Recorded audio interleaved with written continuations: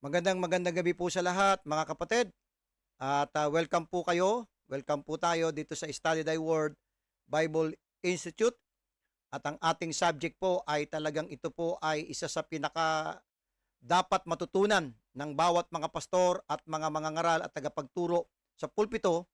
Ito pong 10 issues defending the King James Bible. At ngayong gabi ay nawa ay pagpalain tayo ng Panginoon dito po sa ating pagtatalakay dito sa mga bagay na to. At ang aking kahilingan, tayo po ay magkaroon ng kasigasigan po dito po sa subject na to, sapagkat dito po ay marami po tayong mabubuksan ng mga issues at marami po tayong makikita na I think na ito ay maging pagpapala po sa inyo. So tayo po ay manalangin ngayong gabi. Dakilang Diyos na makapangyarihan po sa lahat, salamat po sa inyong kabutihan at dalayan ko, Lord, ngayong gabi po na ang ariling ito ay buksan nyo sa pamagitan ng inyong pagtuturo sa amin ng Banal na Espiritu at patuloy bigyan nyo kami ng kaunawaan at patuloy, Panginoon, na itong mga pag-aaral na ito ay makatulong sa amin sa pagtatatag namin, ikatatatag namin sa inyong mga salita, Panginoon. At i-bless niyo po itong subject na ito at pangunahan niyo po ang inyong lingkod at maging ang lahat ng mga nakikinig ngayong oras pong ito sa pangalan po ni Jesus. Amen at amen. So muli po ay isang mapagpalang gabi po ang aking pong ipinapababot po sa bawat isa po. So 10 issues defending the King James Bible. So itong subject na ito po ay pagtatalakay sa King James Bible, sa mga modern versions, at saka sa mga atake po ng mga so-called scholars patungkol sa King James Bible. Ang ating pong foundational text po na ating pong babasahin ngayong gabi ay matatagpuan po sa Jude chapter 1 verse 3. Jude chapter 1 verse 3, ang sabi po ng Bible, Beloved, when I gave all diligence to write unto you of the common salvation, it was needful for me to write unto you and exhort you that you should earnestly contend for the faith. It means defend, fight for the faith which was once delivered unto the saints. At tatalakayin po natin ang napakahalagang topic po na dapat po ang bawat pastor ay tumatayo dito po sa salita ng Panginoon.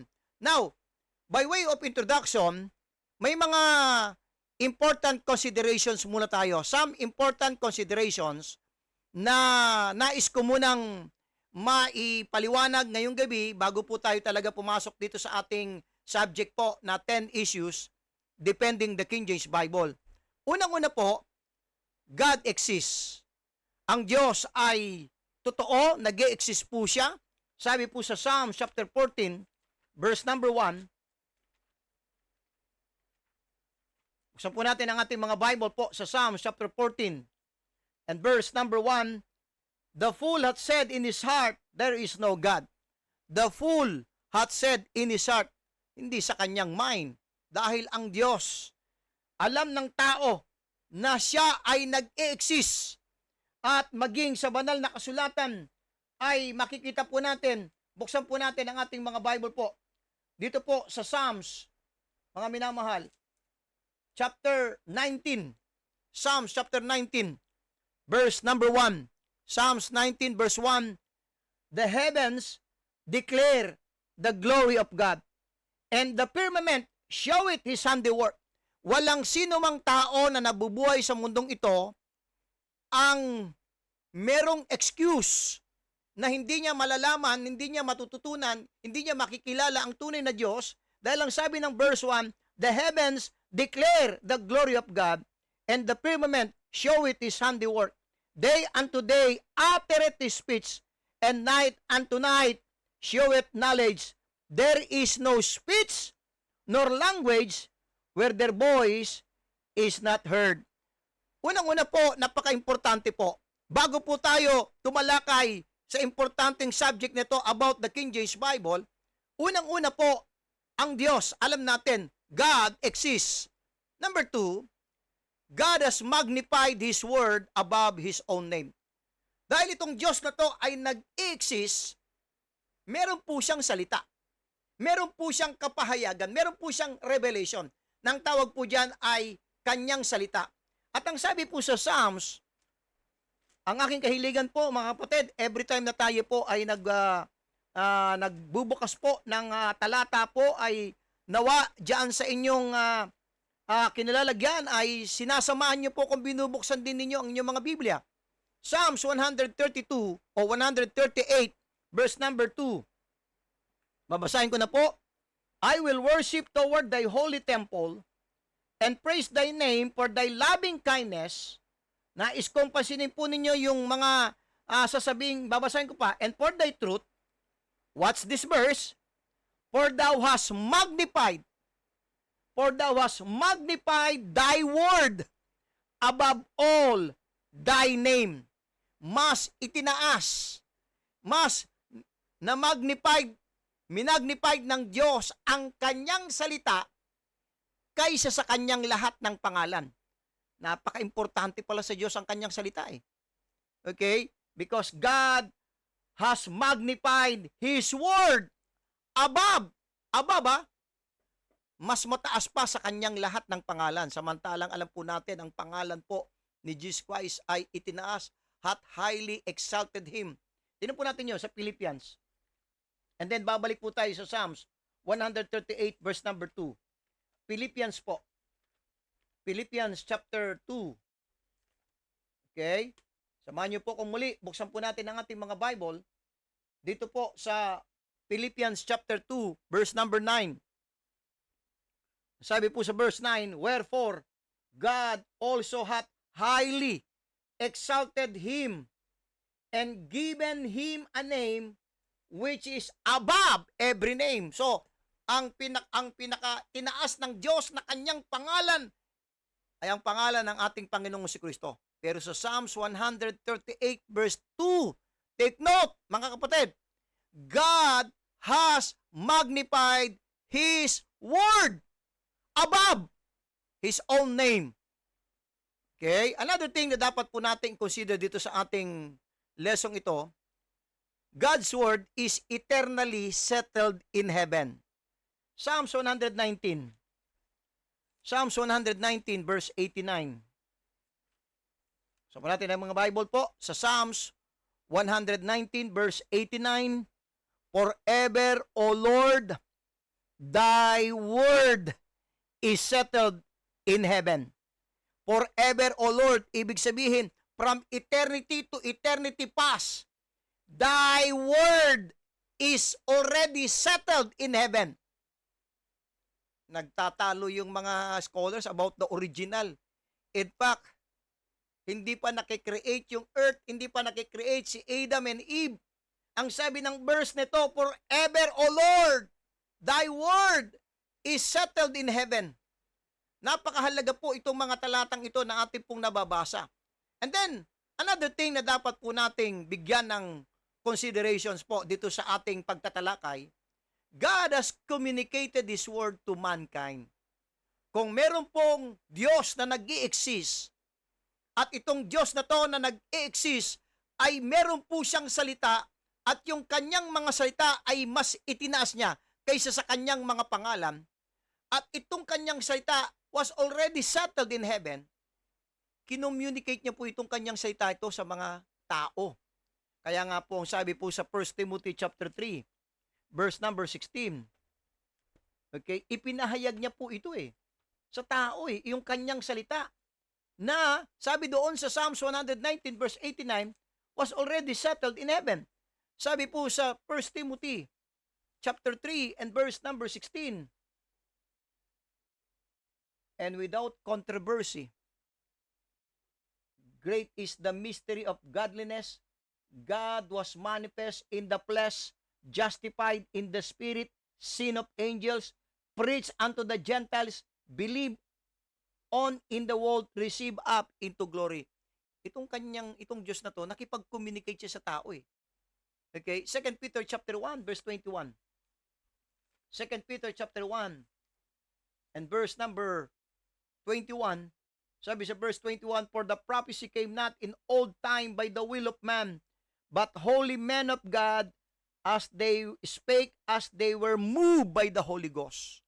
Itong Diyos na to na nag-i-exist, at yung kanyang salita was already settled in heaven, kinommunicate niya po itong kanyang salita sa sangkatauhan.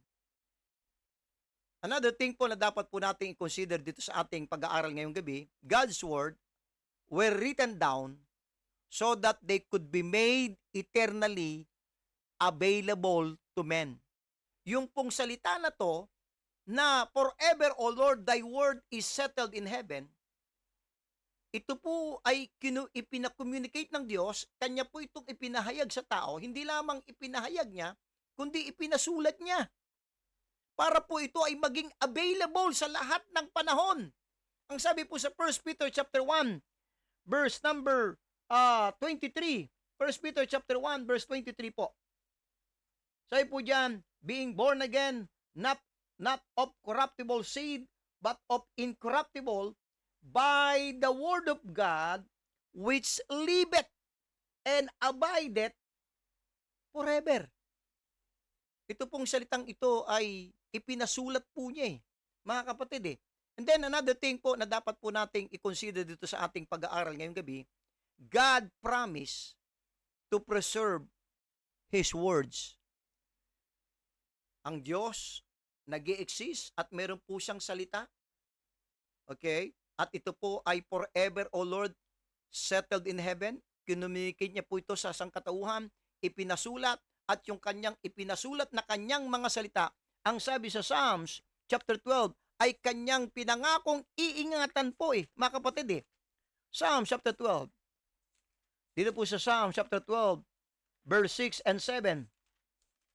Muli po, samahan niyo po kung buksan ng ating mga Bible sa Psalms chapter 12, verse 6 and 7.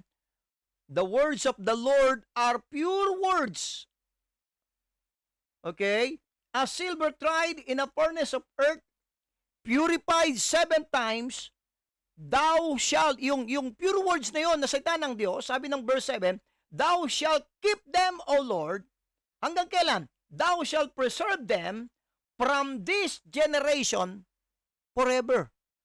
Kaya tayo po ay nakasisiguro 100% na yung kanyang salita na kanyang i-communicate sa tao na ipinasulat, ito po'y kanyang iningatan hanggang sa ating panahon, mga minamahal.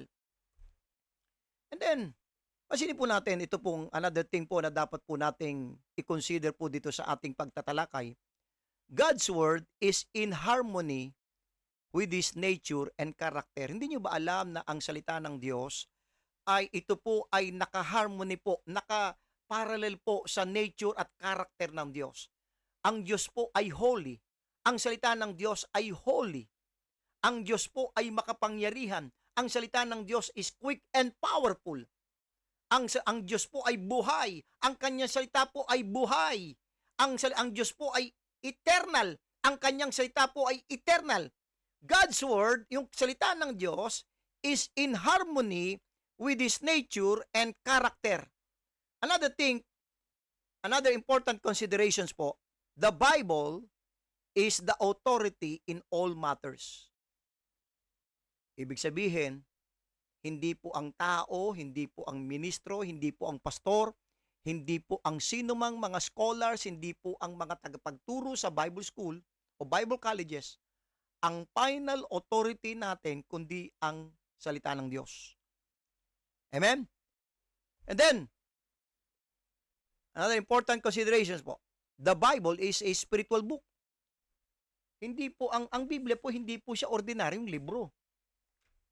Kaya't wag po natin siyang parang i-treat lang o itrato na parang isang ordinaryong libro. Because the Bible is a spiritual book. John chapter 6 verse 63. John chapter 6 verse 63. Bakit ko nasabi na ang Biblia po is a spiritual book? Ang sabi sa verse 63, it is the spirit that quickeneth, the flesh profiteth nothing. The words, I want you to note this, the words, yung mga salita ko, that I speak unto you, they are spirit and they are life. Ano ang pagkakaiba po ng Bible po sa mga lahat ng mga libro na ginawa ng tao? Ang Bible po, meron po siyang espiritu at meron po siyang buhay. So therefore, the Bible is a spiritual book, mga minamahal. And then, only the spiritual can be able to discern. Isa po natin sa 1 Corinthians chapter 2. Alam mo kung sino lamang po ang makaka-discern, makakaunawa sa salita ng Diyos? Yung mga spiritual na tao. Meron ba tayong verse? Meron. 1 Corinthians chapter 2. And verse number 14. 1 Corinthians chapter 2 verse 14. But the natural man receiveth not the things of the Spirit of God, for they are foolishness unto him. Yung mga bagay, mga natural na tao, yung mga saved, kamangmangan sa kanya ito eh. Neither can he know them. Bakit? Because they, yung mga espiritu na patungkol sa Diyos, the Word of God, because they are spiritually discerned. Kaya po, kailangan talaga ang isang tao ay masave. Mag-indwell muna yung Holy Spirit sa kanya. Masil muna siya ng Holy Spirit by believing, by trusting the finished cross work of Christ on the cross of Calvary, na siya'y namatay, inilibing at nabuhay na maguli, at doon pa lang po siya po ay maseselyuhan instantaneously ng Banal na Espiritu, at yun pa lang po yung pagkakataon na ang isang taong na-save na merong Banal na Espiritu ay meron pong pagkakataon sa kanyang buhay na ito po ay kanyang maunawaan ang salita ng Diyos. And then, another thing na dapat po nating consider po dito sa ating pagtatalakay ngayong gabi po ay Satan desires worship. Ang diablo po, mga kapatid, buksan po natin ang ating mga Bible po sa Matthew chapter 4. Meron po akong nais ipakita po sa inyo, Matthew chapter 4. So to Matthew chapter 4 po ang ating mga Bible. Verse 2, Matthew chapter 4, verse number 2 po. And when he had fasted 40 days and 40 nights, he was afterward an hungered. Verse 3, and when the tempter came to him, he said, If thou be the Son of God, command that these stones be made bread. But he answered, si Kristo po sumagot, and said, It is written, Man shall not live by bread alone. Okay? Man shall not live by bread alone, but by every word that proceedeth out of the mouth of God.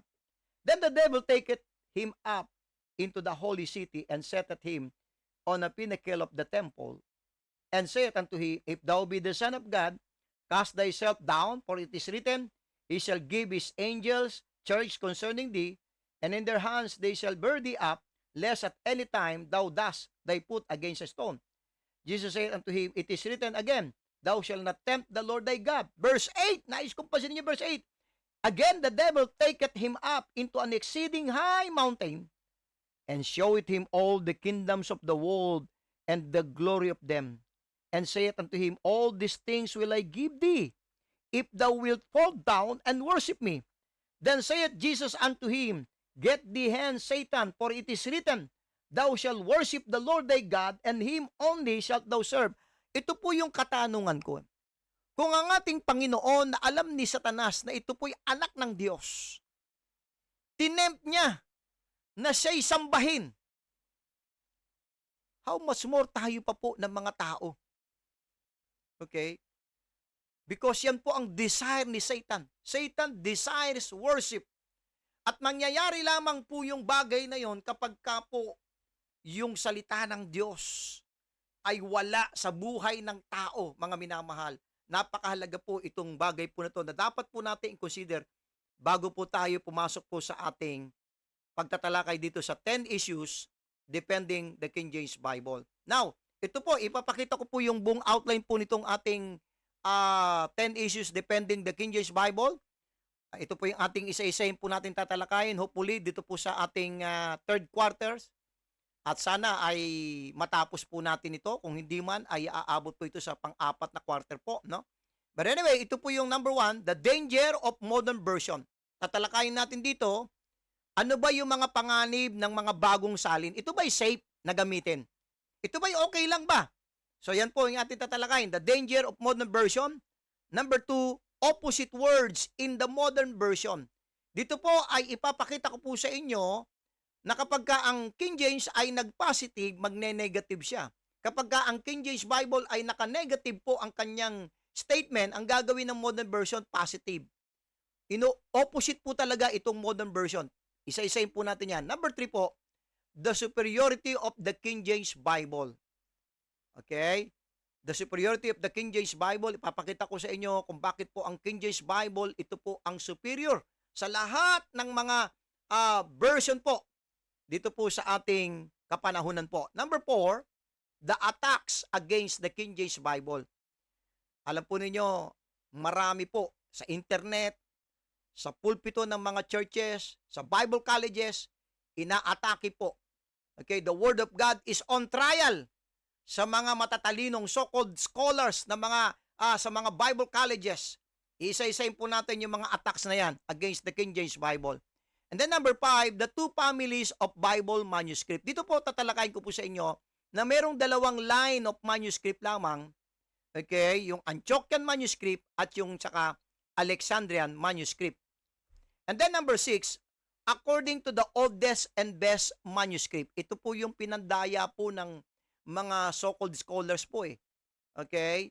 Sa ating kapanahunan ngayon na the oldest and best manuscript. I-discuss po natin po yan. Number 7, preservation of the scripture.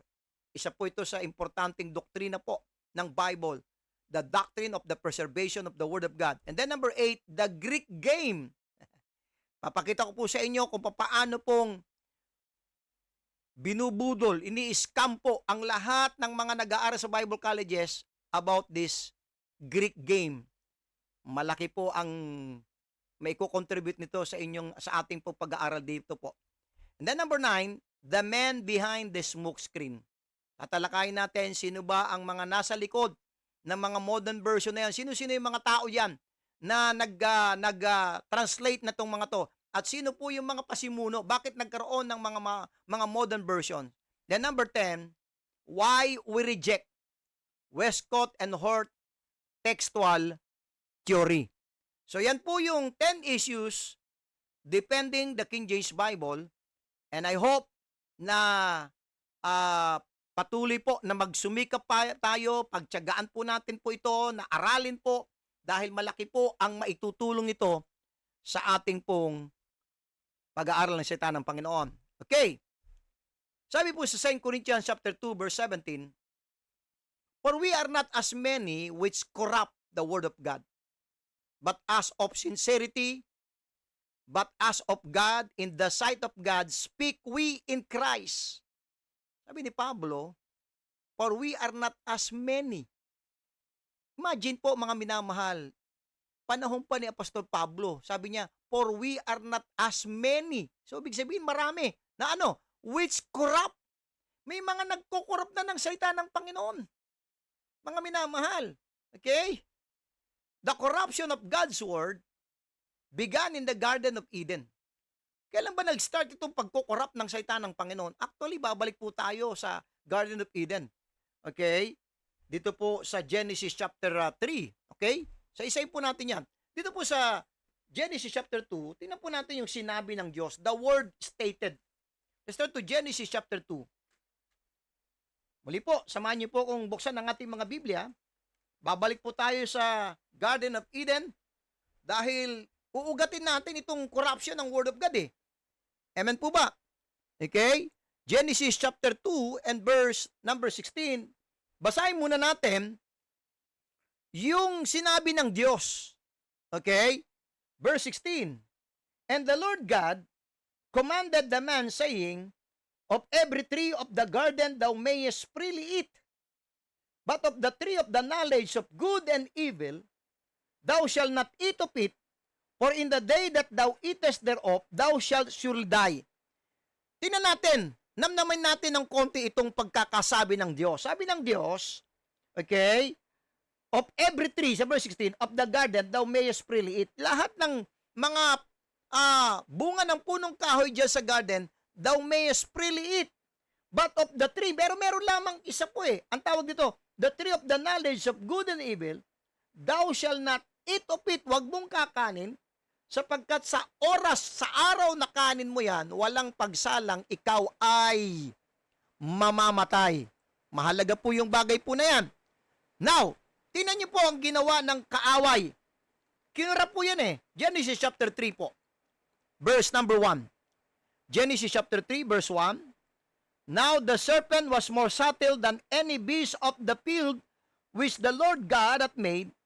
And he said unto the woman, eto na po, Yea, hath God said, Ye shall not eat of every tree of the garden? Yung sinabi ng Diyos, nilagyan niya ng question mark. Yan ang ginagawa ng kaaway. Yung accurate na statement ng Diyos, binibigyan ng doubt. Binibigyan ng question mark. Yan ang unang-unang paraan, proseso kung bakit kinokorrupt ng kaaway ang salita ng Diyos. The word in question. And then, tingnan sa chapter 3, verse 2 and 3. Chapter 3, verse 2 and 3.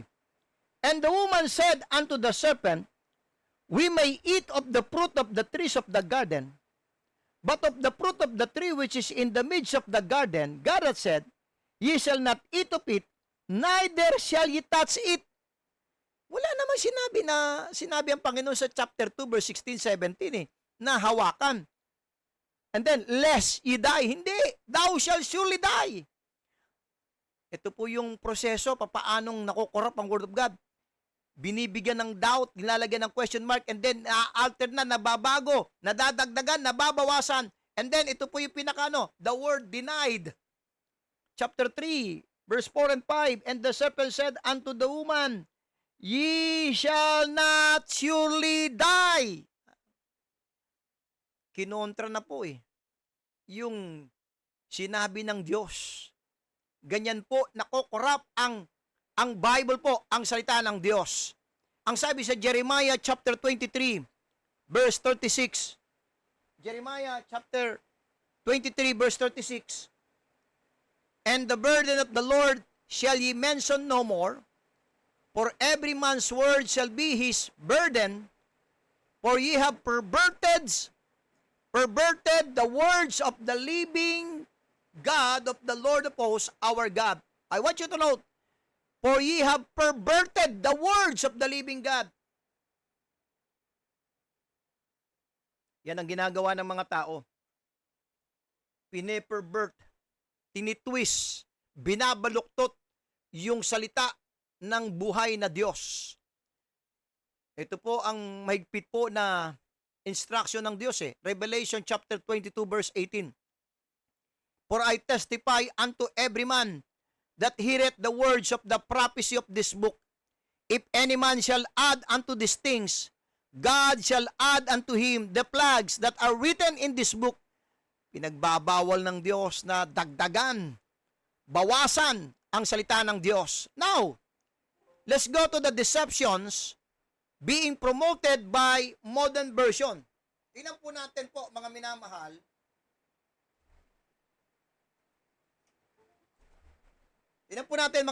po yung deceptions being promoted by modern Bible publishers. Paano po nilang dinideceive yung mga tao diyan sa kanilang mga bagong salin po.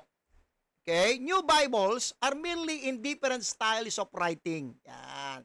Ito po yung kanilang mga pamamaraan para maipromote nila. NIV, NASB, Good News for Modern Man, New American Standard Bible, etc. etc. Sabi nila, New Bibles, yung mga bagong salin yan, ay merely in different styles of writing. And then another thing na kanilang deceptions, na kanilang pamamaraan, paano nila ipopromote yung kanilang mga Bible, they are simply easier to read than the KJV.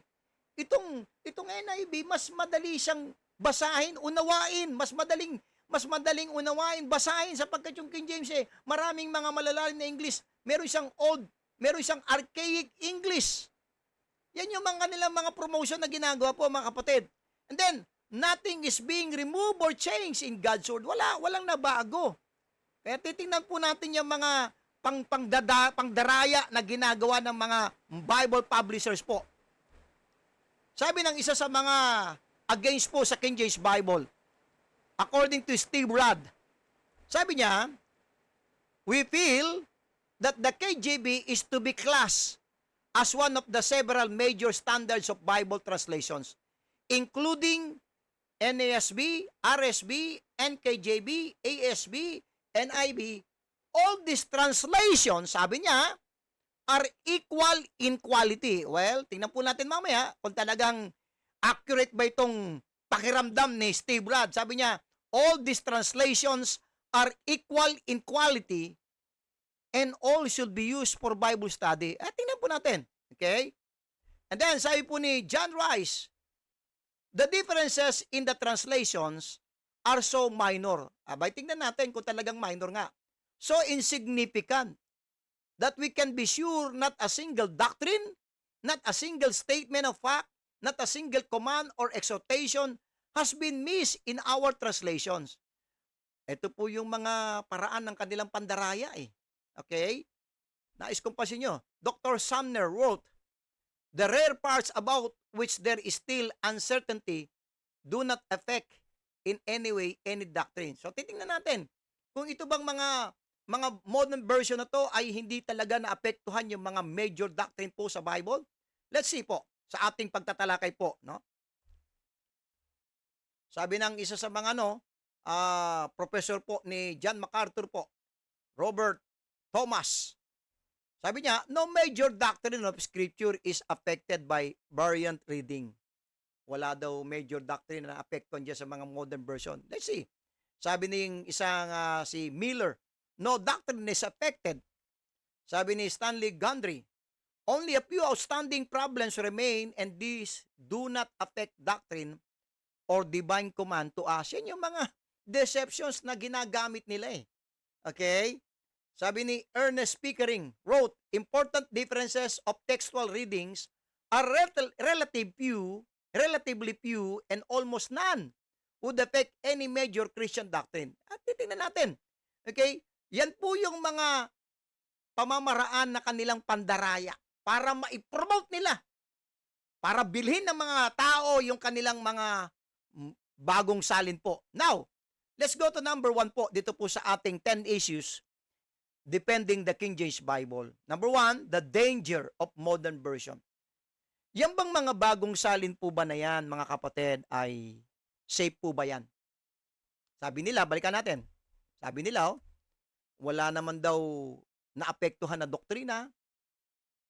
Hindi naman daw, sabi ni, ito pa, balikan natin yung sinabi ni John Rice. The differences in the translations are so minor. Minor nga ba? Tingnan natin. So insignificant. Talaga nga ba? That we can be sure not a single doctrine, not a single statement of fact, not a single command or exhortation has been missed in our translation. So tingnan natin. Tingnan po natin dito po sa ating number 1 po na issue na tatalakayin po, the danger of modern version. Isa-isahin po natin at ipapakita ko po sa inyo ano po yung panganib na idudulot nitong mga bagong salin na to. Okay? Ang unang-una po, number 1 po na danger po ay ito pong tinatawag natin, omission. Okay? Dito po sa aking pong chart po, ay kumuha po ko from Matthew hanggang Revelation. At dito po sa side po, sa may left side po, sa Matthew chapter 9 verse 13, nakikita niyo po ba yung color red na to repentance? Nakikita niyo po ba yan? And then sa Matthew 19:17, why callest thou me good?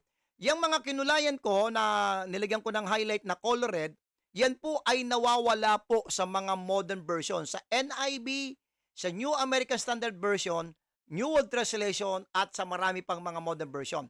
Sa Matthew 9:13, yung for I am not come to call the righteous, but sinners, yung word na to repentance. Kasi yung sa NIV, for I have not come to call the righteous, but sinners. Wala.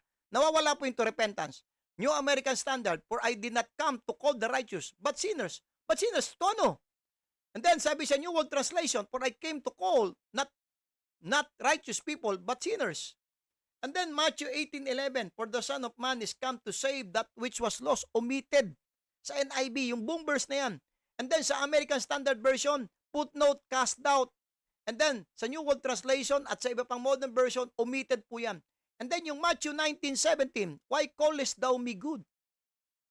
Nawawala po yan eh. Matthew 25:13, wherein the Son of Man cometh. Nawawala po yan. Omitted po yan sa lahat ng modern version po. Mark 10:24, screenshot nyo po ito habang kayo po ay nanonood po dito sa ating pagtatalakay. And then examine po ninyo para kayo, makita po niyo sa mga modern version.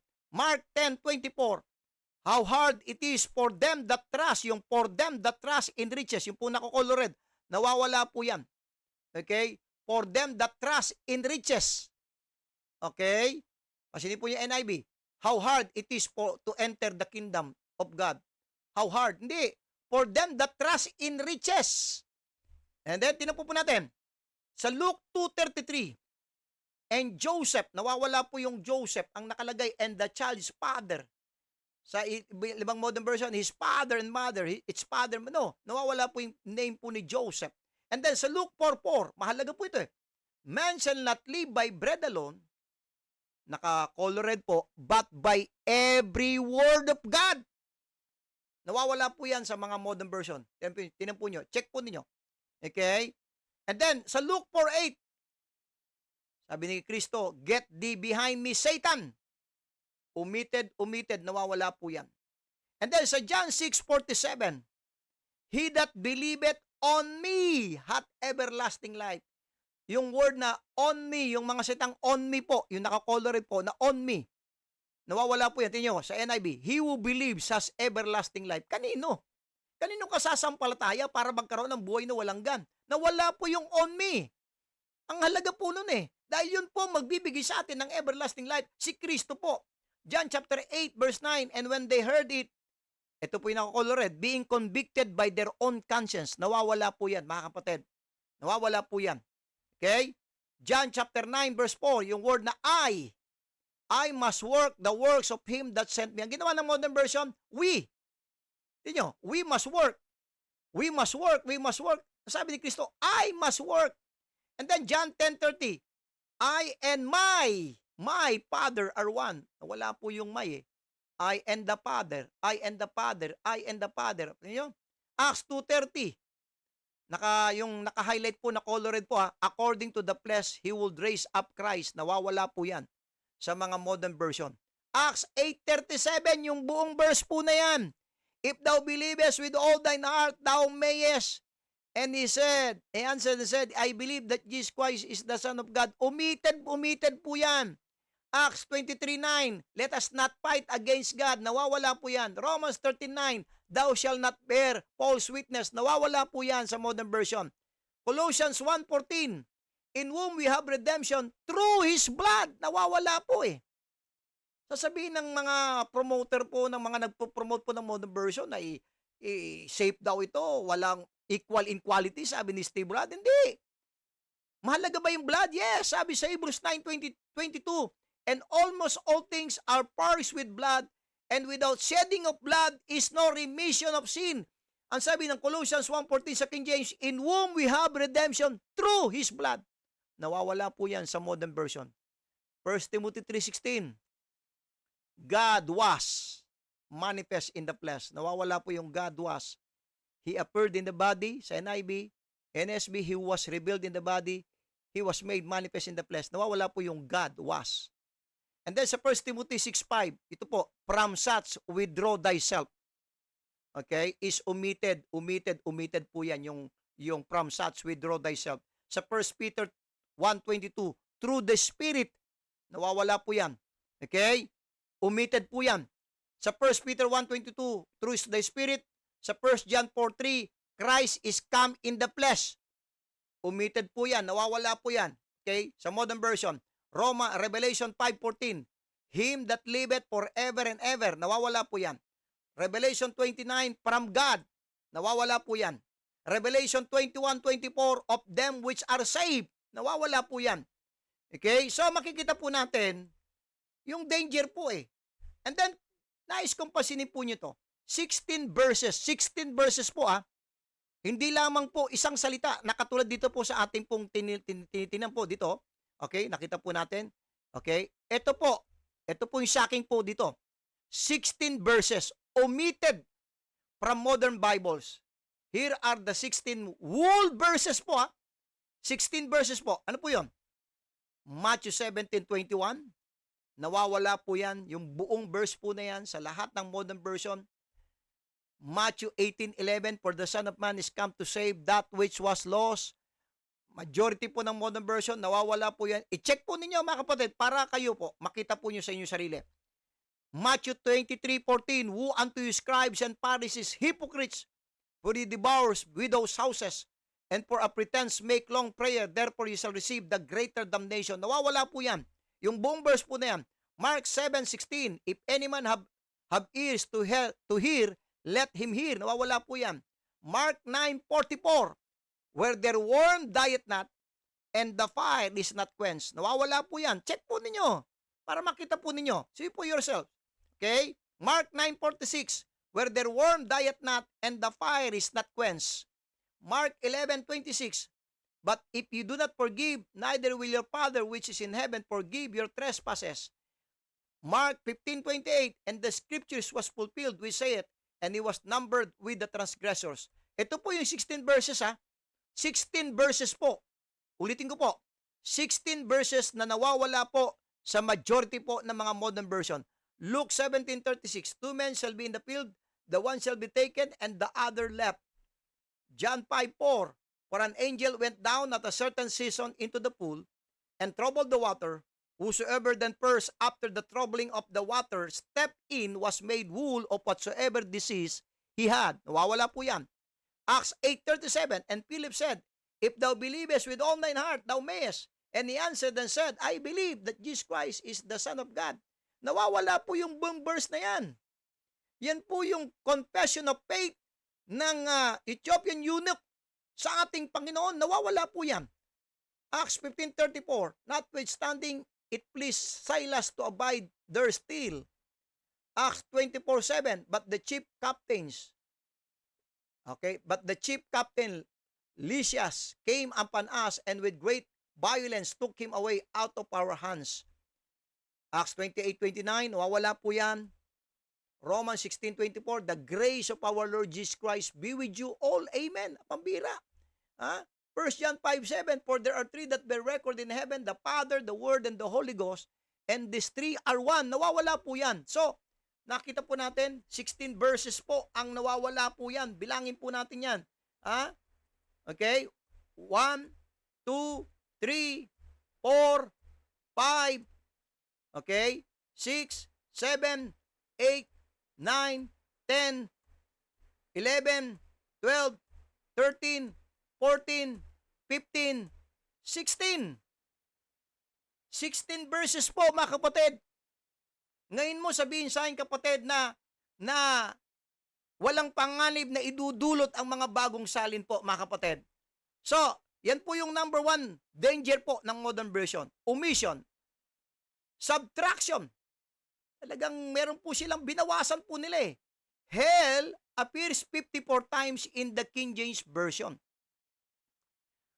54 times po yung word na hell po sa King James Bible. But it only shows up 17 times or less in the following version.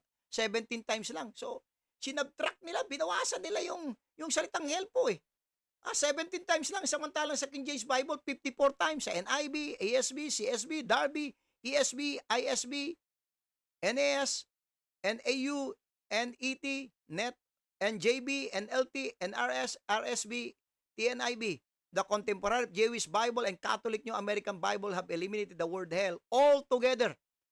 Yan po yung panganib po, mga kapatid. Okay, tingnan po natin po yung subtraction na ginawa po. Sabi sa Mark chapter 9 verse 44 at saka 46, where their worm dieth not and the fire is not quenched. Sa verse 46, where their worm dieth not and the fire is not quenched. Sa American Standard Version, wala, nawawala po yan. Revised Standard Version, nawawala. World English Bible, nawawala po yan, mga kapatid. Okay? So, subtraction, yung word na hell, Nawawala po sa Mark 9:44-46. Yung word na blood, nawawala po. Ha? Tingnan po natin. Okay? In whom we have redemption through His blood, King James Bible, even the forgiveness of sins. Tingnan po sa American Standard Version. In whom we have our redemption, the forgiveness of our sins. Alam po ninyo sa King James Bible, ang liwanag eh. Dalawa po ang blessing po ng blood. Redemption and forgiveness of sins. Base po sa Colossians 1:14. Because through His blood, meron tayong redemption at meron tayong kapatawaran. Yung redemption natin at yung kapatawaran natin ay sa pamagitan ng banal na dugo na tumigis doon sa krus na Kalbaryo. Through His blood. Tingnan yung American Standard Version. In whom we have our redemption, the forgiveness of our sins. May katubusan tayo, may kapatawaran. Ang tanong, saan? Walang sagot ang American Standard Version. Revised Standard Version. In whom we have redemption, the forgiveness of sins. Wala rin. Word English Bible, in whom we have our redemption, the forgiveness of our sins. Ang tanong ko sa inyo, mga kapatid, mga kapwa ko manggagawa sa Panginoon, minor lang ba ang through His blood? Minor lang ba ito na doktrina para tanggalin? Okay? So, omission, subtraction, and then alteration. Yan po yung mga panganib po. Ano yung ibig sabihin ng alteration? To make different in some respect. Okay, baguhin ng konti yung mga pangyayari. Tingnan po natin, ha? Babasa po tayo ng pangyayari po sa Bible. Dito po sa 2 Samuel 21:19. Sa King James po. And there was again a battle in Gob with the Philistines, where Elhanan, the son of Jair-Regin, a Bethlehemite, slew the brother of Goliath, the Gittite. The staff of whose spear was like a weaver's beam. Dito po sa King James Bible, sa 2 Samuel 21:19, meron pong nagngangalang Elhanan. Okay? Na anak po ni Jair-Regim. Isa po ay Bethlehemite. Pinatay po niya yung kapatid po ni Goliath. Okay? Slew the brother of Goliath, the Gittite. So, ang napatay po ni Elhanan po ay yung kapatid po ni Goliath. Base po sa 2 Samuel 21:19. Tama po ba? Now, watch. American Standard Version. Babasahin ko po sa 2 Samuel 21:19. And there was again war with the Philistines of Gob, and Elhanan, the son of Jair-Regim, the Bethlehemite, watch the verse, slew Goliath the Gittite. The staff of whose spear was like a weaver's beam. Natatandaan ko noong meron pong saksi na pumasok po sa aming bahay noon, diyan sa Batasan po. Nasa Batasan pa po kami nung nakatira. At meron siyang dalang Bible. At sabi ko sa kanya, ang tanong ko sa kanya, sino ang nakapatay kay Goliath? Walang kagatul-gatul, talagang hindi na nag-isip, talagang totoo naman yung kanya sinabi, si David. Sabi niya, si David ang nakapatay kay Goliath. Sabi niya. So, pinakita ko sa kanya yung Bible niya, dahil nakita ko yung World Translation eh. Sabi ko, ang nakapatay sa Bible mo ay hindi si David, ang nakapatay si Elhanan. So, nagulat siya. Ha? Okay? Ito pa po, RSV, Revised Standard Version. And there was again war with the Philistines at Gob, and Elhanan, the son of Jair-Regim, the Bethlehemite, slew Goliath the Gittite, the staff, the shaft of whose spear was like a weaver's beam. Ganon din sa ibang version. Ang napatay ni Elhanan si Goliath. Pero alam naman natin na ang nakapatay kay Goliath si David. Now, ito yung argumento na isipin mo. Baka sabihin mong ibang Goliath yan. Yung napatay ni Elhanan. Okay? Ang buti ng Panginoon eh. Sa 2 Samuel, ang liwanag po sa King James, ang napatay po ni Elhanan ay kapatid po ni Goliath. Now, 2 Samuel po yan. Ano magpapatunay na ang napatay talaga ni Elhanan ay kapatid ni Goliath? Ito po. Sa 2 Chronicles, 1 Chronicles chapter 20 verse 5. Okay, dalawang magpapatunay po ngayon ito. Ito po magbibigay ngayon ng katibayan, confirmation. Sa Bible po, na yung 2 Samuel 21:19 ay totoo na ang napatay ni Elhanan ay yung kapatid ni Goliath. 1 Chronicles 25. And there was war again with the Philistines. And Elhanan, the son of Jair, slew Lami, the brother of Goliath the Gittite, whose spear staff was like a weaver's beam. This time, may pangalan pala itong napatay ni Elhanan na kapatid ni Goliath. Sino? Si Lami, the brother of Goliath. So maliwanag na maliwanag, kinonfirm po sa 1 Chronicles 20 verse 5 na talagang ang napatay ni Elhanan ay hindi si Goliath, kundi yung kapatid ni Goliath na nagngangalang Lami. Kaya, yan po yung panganib po ng modern version. Alteration yan Binago nila yung kasaysayan Okay? Parang ganito yan Biro mo, sabihin ba naman, gumawa ka ng istorya, sabihin mong ang nakapatay kay Rizal ay mga Hapon. Abay, alteration yon. Malaking ano yon. Kasinungalingan ang bagay na yon, mga kapatid. Now, tuloy po tayo. Hindi lamang omission, subtraction, alteration, kundi addition. Hindi lamang nag-subtract, nagbawas sila, kundi nagdagdag pa Tingnan po natin. Tingnan nyo, 1 Peter chapter 2, verse number 2. Sabi sa King James Bible, as newborn babes, desire the sincere milk of the word that ye may grow thereby. Kapag ka ikaw ay bagong sanggol, ipinanganak sa Espiritu ng Diyos, dahil ikaw ay bago palang mananampalataya, nasain mo yung salita ng Panginoon na ito po'y nagre-represent ng milk para ikaw ay lumago, lumaki. Okay? That ye may grow thereby. You need the word of God para ikaw ay mag-grow. Ito yung ginawa ng NIV. Like newborn babies, crave pure spiritual milk, so that by it you may grow up in your salvation. Dinagdagan nila ng grow up in your salvation.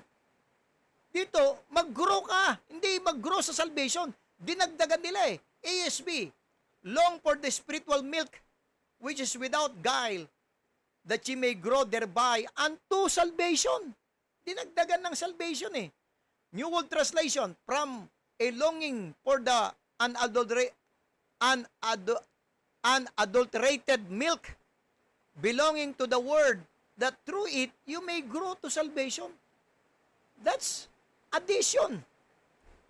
Ngayon sasabihin mo, walang panganib yung modern version. Ayan po, omission, subtraction, alteration, addition, ano pa po?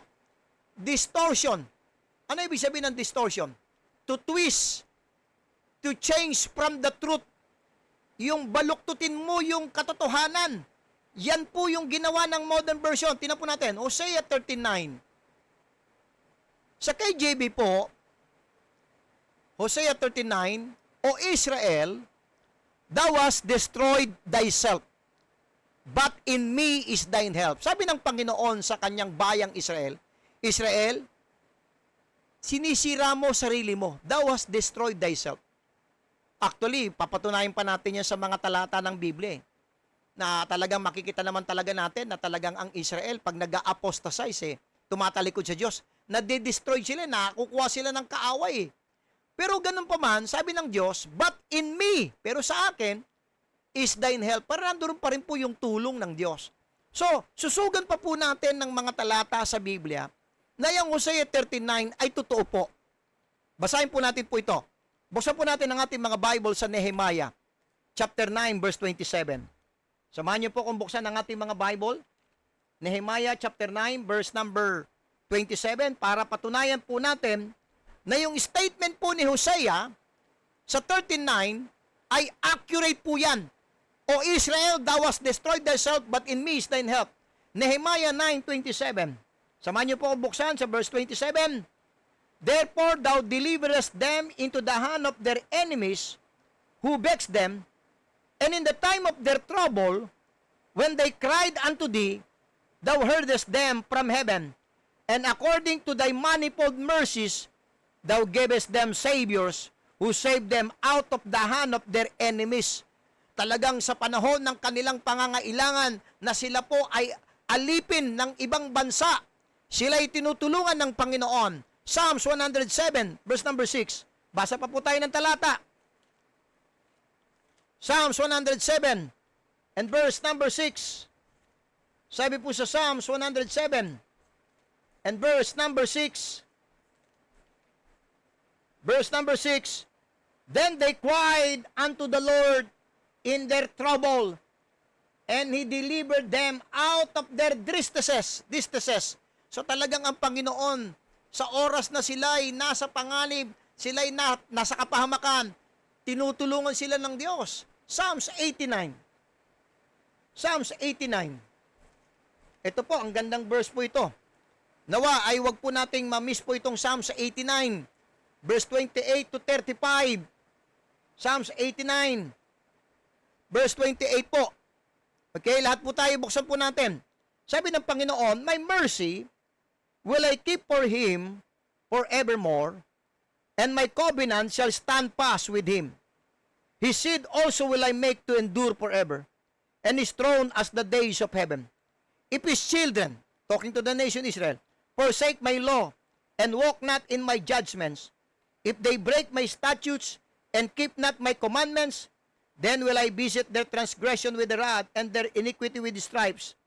Magkakaroon ng chastisement. Pero sabi ng Diyos sa verse 33, nevertheless, my loving kindness will I not utterly take from him, nor suffer my faithfulness to fail. My covenant will I not break. Hindi sisirain ng Diyos yung kanyang covenant sa Israel, nor alter the things that is gone out of my lips. Once have I sworn by my holiness that I will not lie unto David. His seed shall endure forever, and his throne as the sun before me. So talagang totoo po itong sinabi sa Hosea 39. Nasabi ng Bible, O Israel, thou hast destroyed thyself. Sa pamamagitan ng pagtalikod ng mga Israelita sa Diyos, sinisira nila, winawasak nilang kanilang sarili. Pero ganun pa man, sabi ng Diyos, but in me is thine help. Now, watch. Tingnan po natin yung RSV. I will destroy you, O Israel, who can help you? Dito po sa RSV, ang Diyos ang magdi-destroy sa kanila at hindi pa sila tutulungan. Grabe po ito, mga kapatid. Ang layo po eh. Talagang tinwist po yung katotohanan ng salita ng Diyos eh. Sa KJV, ang Israel ang sumisira sa kanilang sarili. Pero tutulungan pa rin sila ng Diyos. Sa modern version, sa RSV, ang Diyos ang magdi-destroy sa kanila at hindi pa sila tutulungan. Who can help you? Ngayon nyo sabihin sa akin na walang panganib po ang mga bagong salin. Omission, subtraction, alteration, addition, distortion, corruption. Tingnan po natin, 1 Timothy 3:16. Ito ng corruption po eh. Ang liwanag po eh. Sabi po ng KJV, God was manifest in the flesh, justified in the spirit, sin of angels. Alam nyo, ito po ang verse na kinakatakutan po ng Jehovah's Witnesses, Iglesia ni Cristo. Ito pong verse na to. Bakit? Dahil maliwanag po na ang Diyos po ang nagkatawang tao. God was manifest in the flesh. Tinan po nyo sa NIV, yung word na God, tinanggal. Pinalitan ng pronoun na He. He. Sino yung He na yan? He appeared in the flesh. Sino yung He na yan? Ang liwanag sa King James, God. ASB, He was manifested in the flesh. New World Translation, He was made manifest in the flesh. See, talagang kinurap talaga eh ng mga modern version ang salita ng Diyos. Omission, subtraction, alteration, addition, distortion, corruption, ano pa po? Deception, pandaraya po mga kapatid. May pandaraya pong ginawa ang mga modern version po. Tingnan po natin. Papakita ko po sa inyo. 1 John chapter 5 verse number 7. Okay? Dito po tayo sa King James muna po. 1 John 5:7. For there are three that bear record in heaven, the Father, the Word, and the Holy Ghost, and these three are one. Sasabihin na mo, may verse 7 naman ang ASB ang American Standard Version. Sasabihin mo sa akin, meron namang verse 7 yung yung NIV. Well, papakita ko sa inyo po yung pandarayang ginawa po nila dito. Now, nawawala po talaga, okay, pansinin po natin ito pong ASB. Papakita ko sa inyo. Tingnan po ninyo yung word na blood. Saan po nag-end po yung American Standard Version po sa verse 6? Tingnan po nyo. This is he that came by water and blood, even Jesus Christ, not with the water only, but with the water and with the blood. Nagtapos po yung verse 6 po ng ASB sa blood. Tingnan po nyo yan. Iyon po, tingnan po sa King James. Balik po tayo sa King James. Basahin ko po yung verse 6 ng King James. This is he that came by water and blood, even Jesus Christ, not by water only, but by water and blood. Yan po yun, no? Pero ito po, it is the Spirit that beareth witness, because the Spirit is truth. Saan po yan? Yan po yung verse 7. Ano pong pandaraya na ginawa ng ASB para hindi malaman ng mga tao na tinanggal po talaga itong verse 7 po? Nawawala po talaga po itong verse 7 ng 1 John 5:7 dahil ang ginawa ng ASB, yung verse 6 po ng King James, ginawa niyang dalawang verse. Hinati po niya.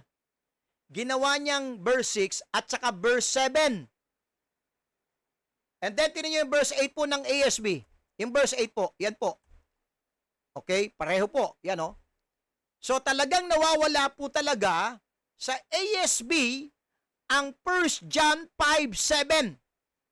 Maliwanag na may pandaraya silang ginawa rito dahil para hindi mo malayan mo na nawawala po ito pong 1 John 5:7, ang ginawa nila, ulitin ko po, yung verse 6 ng King James Bible, in-split niya into 2 verses. Yung verse 6 ng ASB, nag-end po sa blood. And then, and it is the Spirit, inilagay niya sa verse 7 para hindi malaman ng mga nagbabasa na tinanggal po talaga yung 1 John 5:7. That's deception. Now, tingnan po natin yung NIV. Okay? Tingnan po natin yung NIV. Sasabihin mo may verse 7, hindi po. Tingnan po. For there are 3 that bear testify. Saan po yan? Yan po yun, no? For there are 3 that bear witness in the earth. Yan po yan. Yung verse 8 po ng King James Bible, hinati po niya po sa dalawa eh.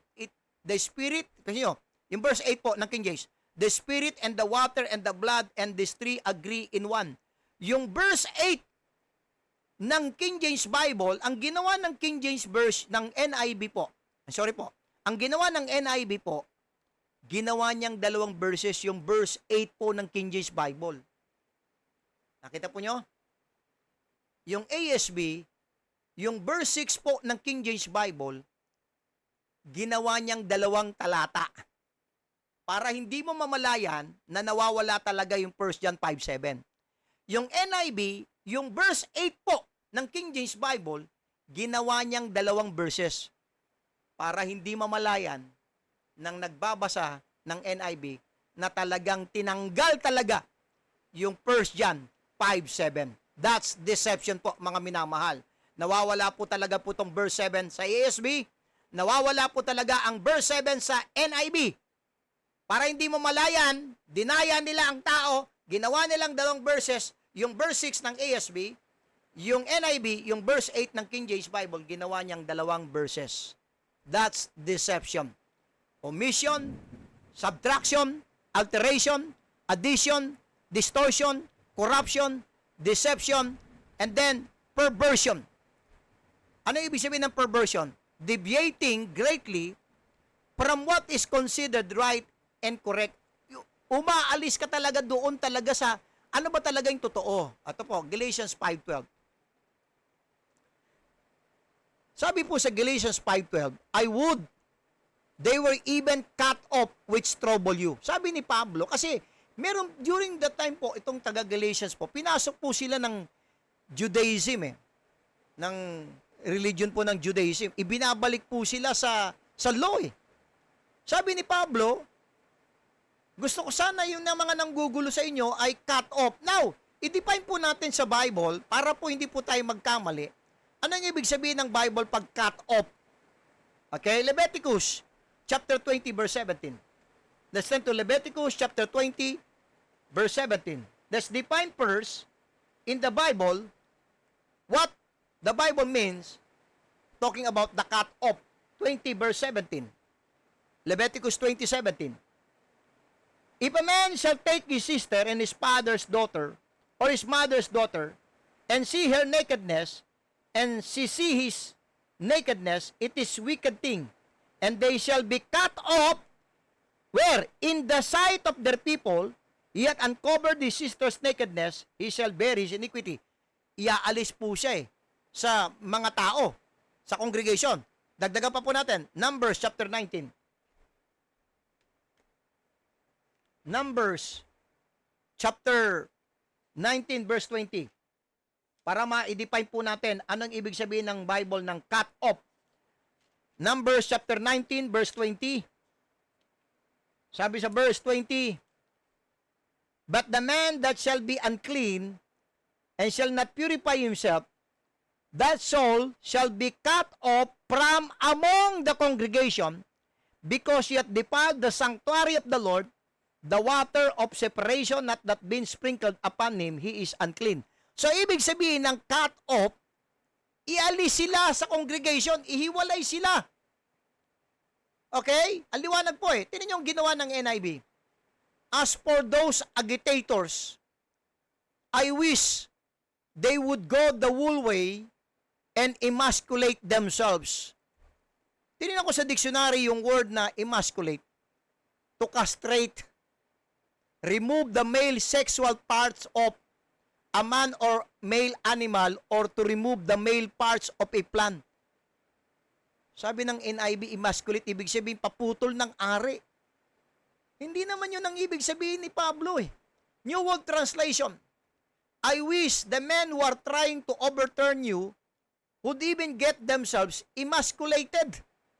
Ganon din. Tingnan yung Biblia po, yung Tagalog, Biblia.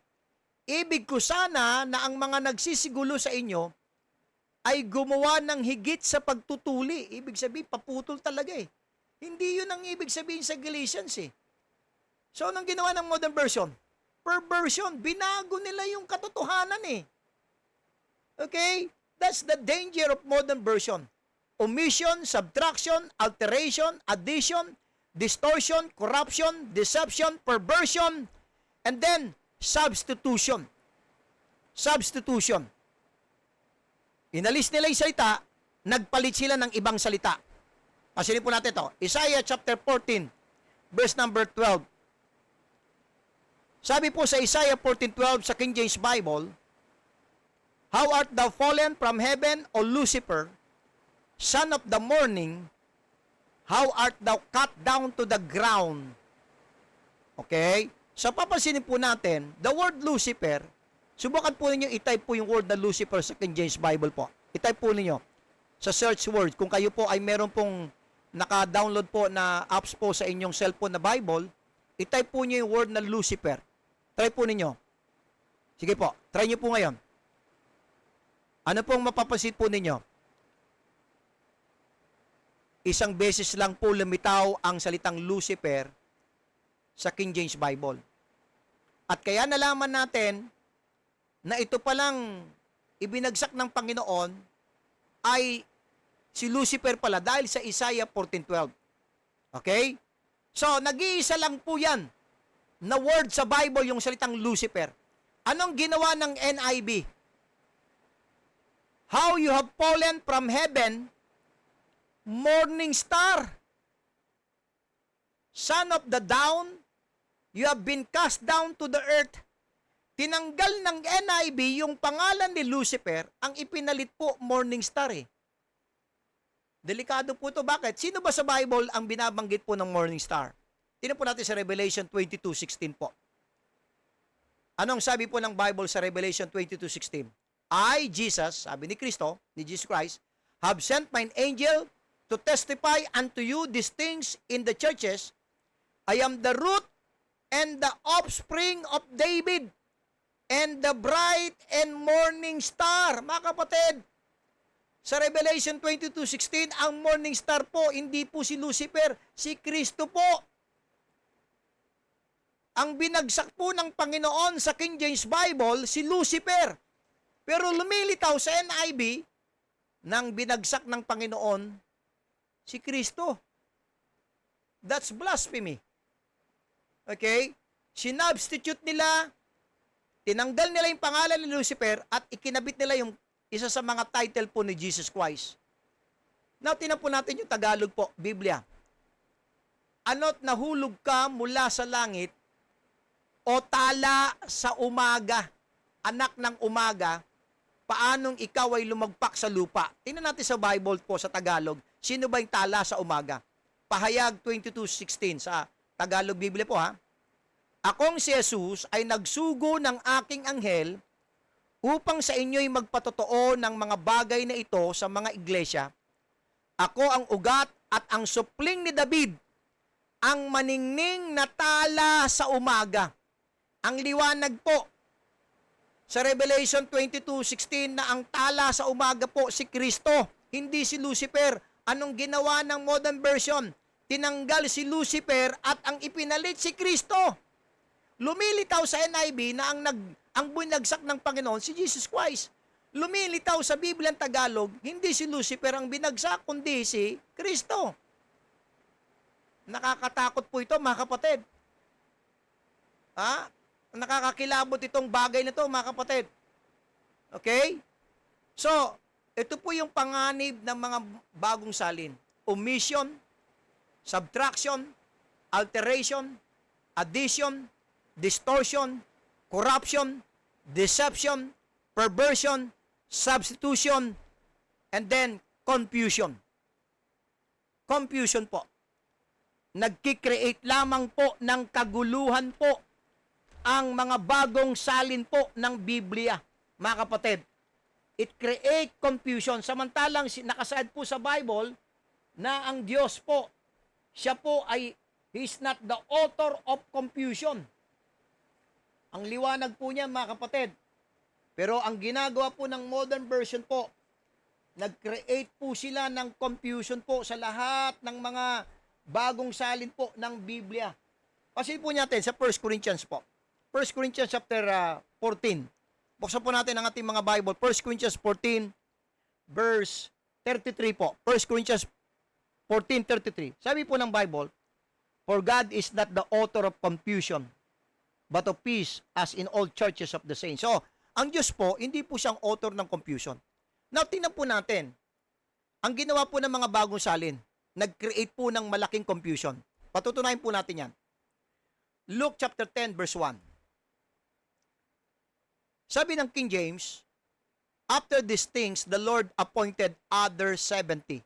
70 po ha. Tingnan po yung NIV at saka TNIV. The Lord appointed 72. I-check po ninyo. Sige po, screenshot nyo po ito ngayon. Sa NIV, 72. Sa King James, 70. Anong ginagawa ng modern version? Nililito yung tao eh. Oh, Matthew 13:33. Matthew 13:33. The kingdom of heaven is like unto a leaven which a woman took and hid in 3 measures of meal. Ang sabi ng King James, 3 measures of meal. Tingnan po natin NIV. A woman took and mixed into a large amount of flour. Sabi ng King James, 3 measures of meal. Sabi ng NIV, a large amount of flour. TNIV, yeast that a woman took and mixed into about 18 pounds of flour.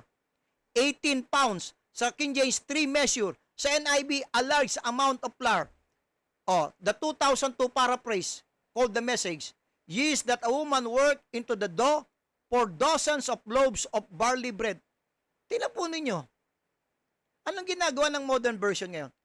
Ginugulo ang tao. Alin dyan ang totoo ngayon? It create confusion. Ha? Ang liwanag po nito, mga kapatid. Another example po, Matthew 18:22. Sabi ng Panginoon sa kanyang mga alagad, I say not unto thee, until 7 times, but until 70 times 7. Tumutukoy po ito sa pagpapatawad. Okay? But until 70 times 7. 70 times 7, ano pong sagot? That's 490 times. 70 times 7. Tinan po niyo yung NIV. I tell you not 7 times, but 77 times. 77 times? Hindi, 70 times 7. Ito yung ginagawa ng modern version. It create confusion. 1 Samuel 6:19. Tingnan sa 1 Samuel 6:19. And he smote the men of Bethshemesh because they had looked into the ark of the Lord. Even he smote of the people 50,000 and 60 men. 50,000 and 60. 1 score is equivalent to 20. So 3 score, it means 60. 50,000 and 60 and 10 men. Okay? Yan po yung nakalagay po sa King James. Tinan po sa NIV, RSV, ESV. But God struck down some of the men of Bethshemesh, putting 70 of them. 70 is equivalent to 50,000, 70. 50,000, 3 score, 60 plus 10 men, that's 70. Asa na? Para bang, ang illustration ko lagi dito nangupit po Ang kinupit po niya, 50,000 ng NIV. Ng RSV, ESV. Okay? 1 Samuel 13:5. And the Philistines gathered themselves together to fight with Israel. 30,000 chariots. 30,000 chariots. NIV, 3,000 chariots. That's, kung ikaw ay gagawa, kung ikaw ay isang accountant, pagagawan ka bigyan ka ng statement na account, mga expenses, do you think papayagan ka ng BIR at saka COA, hindi magkatali yung mga figures, yung mga numbers? That's confusion, mga kapatid. 2 Samuel 24:13. Shall 7 years of famine, magkakaroon ng 7 years of famine, NIV, RSV, shall there come upon you 3 years. Hindi po nagtatali yung mga figures po, mga kapatid. That create confusion. 2 Samuel 23:18. Abisai, the brother of Joab, the son of Zeruiah, was chief among 3. Si Abisai was chief among 3. Kumbaga, mula doon sa pinakamataas, 1, 2, 3, pababa, pangatlo po siya. Okay? Pangatlo po siya. Was chief doon sa 3 pinaka-chief ni David. Pangatlo siya doon. Yan yung ginawa ng ng mga ng NASB at saka RV. Binaba po yun, dinemote po si Abisai. Abisai was chief among the 30. No, among the 3. Pambira. Ang tindi ng pagkaka-demote po ni Abisai dito sa modern version. 2 Samuel 15:7. It came to pass after 40 years. The modern version, after 4 years. Anong kinikreate po ng confusion ng mga modern version? It creates confusion po. Tingnan po natin dito. Ito po. Ipapakita po sa inyong maliwanag na ang mga modern version po ay nag-create po ng matinding confusion dito. KJV po. Saul reigned 1 year, and when he had reigned 2 years over Israel. So nilagay ko, Saul reigned 1 and 2. So nilagay ko 1 and 2 para at least mag-get po ninyo yung point ko dito. Sabi ng King James, Saul reigned 1. So nilagay ko po 1, and when he had reigned 2 years, so 1 over 2. NASB, Saul was 40 years old when he began to reign, and he reigned 32 years over Israel. That's 40 and 32. Sa King James, 1 and 2. Sa NASB, 40 and 32. NIV, Saul was 30 years old when he became king, and he reigned over Israel 42 years. 30 and 42.